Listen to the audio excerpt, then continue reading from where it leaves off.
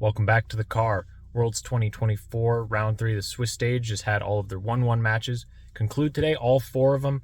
I'm sorry to say my status as a prophet has been postponed for now, as I went 2-2 in predictions today, which is very sad. But I thought I was going to 1-3 for a bit, so we're at least still 50-50. What can you do about it? We had some great games today. We had some games today. Really, a bit of everything, depending on what kind of sicko you are. So let's get right into it. First game of the day was TES versus Fnatic. I picked TES, and they completely shit-stomped Fnatic into the ground. It was brutal. If you watched the UFC last night, it was definitely like a round 4 prayer versus Roundtree type thing. What can I say? Gotta give a shout-out. So yeah, we gave Yone in draft. I don't know how that's ever acceptable. Like, do you not know who these players are? I don't know how you can do that. It's pretty disgusting. And Fnatic just had this really late game kind of scaling comp, and they just decided that they actually wanted to play like they had an Olaf on their team and just go completely insane and just grief everything. And I don't know. They might have a combined one brain on stage. I don't know what happens, but these players on stage just cannot make the right choices, it seems, at all. This was embarrassing. It was a 24-minute destruction. One of the fastest games of the Swiss stage, I'm pretty sure, which is tough when T1 took Pain Gaming to 25 minutes. I'm pretty sure this game was either equal or shorter, which is not the greatest look ever, especially with how T1 looked today. We'll get to that. So yeah, just complete destruction. I liked the MF pick from Jackie Love. It looked really good. But again, it's really hard to say because Fnatic just couldn't make a good choice. TS could have not woken up today and probably won this game because Fnatic would have found a way to lose. Just somehow. I don't know. You never know what those minions might do if you give them enough time. So yeah, moving on. T1 versus BLG. I did get this one wrong. Very sad. I was pretty confident in this pick. But, I couldn't have really expected that Elk and On didn't want to show up today. So, 2 empty seats on the stage doesn't help. I'm kidding. But I do want to go over this. Jhin and this Poppy did nothing.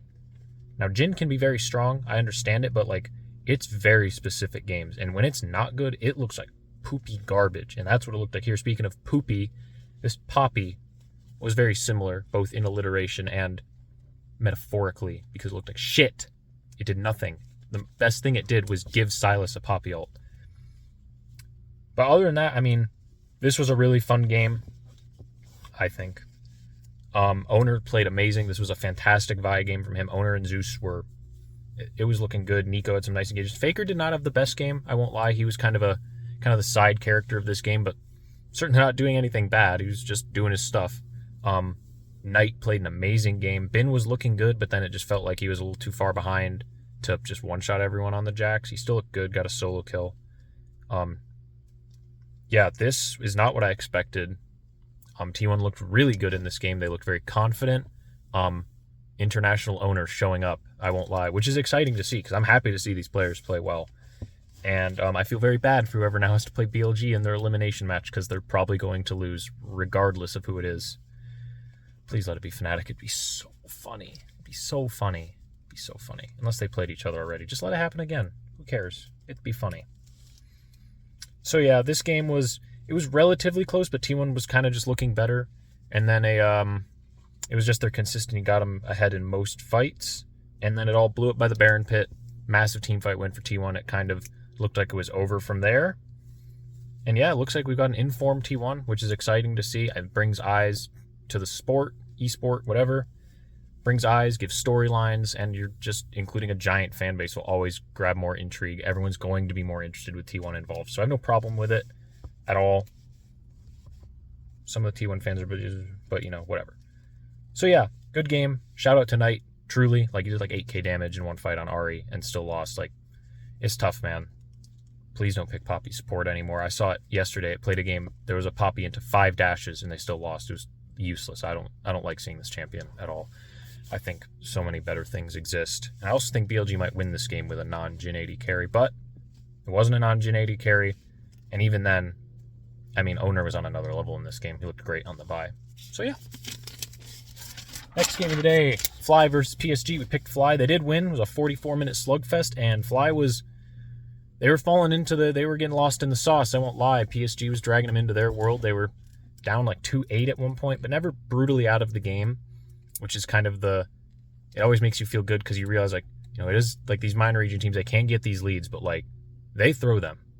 It just happened. Not even that they throw them, they just don't have the macro to not throw them, basically. It's not even anything they really do. It's more of a lack of things they do. So, yeah.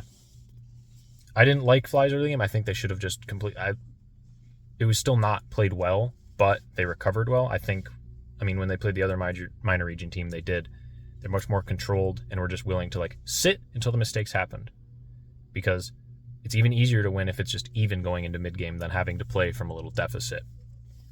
So, if we want to go over some things, we had a Casio in this game, which was really cool. I like that from Quad. I didn't like the Kaisa pick very much. It didn't really feel like a Kaisa game. I mean, once you got to the late game, it was fine because he fed out of his mind, but what can you do?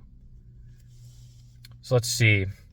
Going down, there wasn't much to really talk about. It really was just a chaos, losing 2-8 at 22 minutes, and then slowly they just crawled it back and won 2 team fights like 4-0, just complete blowout, and it looked like there was never any doubt. So it was a little nerve-wracking, but not too nerve-wracking. If they had like gotten blown up by Baron and stuff, then we would have been sad. But NA rests another day. We're into the 2-1 bracket, officially better than the LPL because our number 1 seed is 2-1 and BLG is 1-2. What can I say? And we're even with HLE as well. So what can I say? Best region in the world, baby. All right, next game, Weibo versus G2. I should have picked G2. I had it written down on my. You can see it here. I had G2 starred, and I scribbled it out because I changed my mind last night, and I'm pissed, and I shouldn't have done that. I did say they could win, and I always believed they could win, and they did. I mean, they looked great. I liked everything that went down in this. The Galio was amazing. This is a Broken Blade MVP game for sure. That has to be the main focus of the game. He played amazing, especially into Triss Jin. I mean, this is not like a heavy AP team comp into Galio. He was playing against AD, so it's not, your typical Galio game. But I loved it. He looked fantastic, and G2 is just doing great in the early game. They got 6 grubs, even though Weibo kind of watched from the corner while they got the second 3. It was kind of weird to watch that one. That just felt really awkward. They were trading dragons. And yeah, G2 just had an early game, which is bizarre beyond all belief. I don't remember when that happened, but damn, this team could be dangerous with an early game. I mean, they just took out the 4th seed. It's the number 2 seed out of China. They got second in finals. Like, I consider them the second best team out of summer, at least. But Weibo, I mean, they looked good still. Weibo did not go away without a fight. They had some very close fights, in fact, and even won summer on the Baron pit. But then G2 won it back in that 4v5, took the Baron. It kind of took off from there. They never let it go. They aced them and just out-team fought them the rest of the way. It was a really fun game to watch, very exciting. I'm really excited for G2. I really hope they make quarterfinals because I think they can make noise. Like, with this early game, there's like an inkling feeling like, man, maybe this is like a, maybe there's some Western magic left out there. If they play like this, I mean, they played a very good team here and won.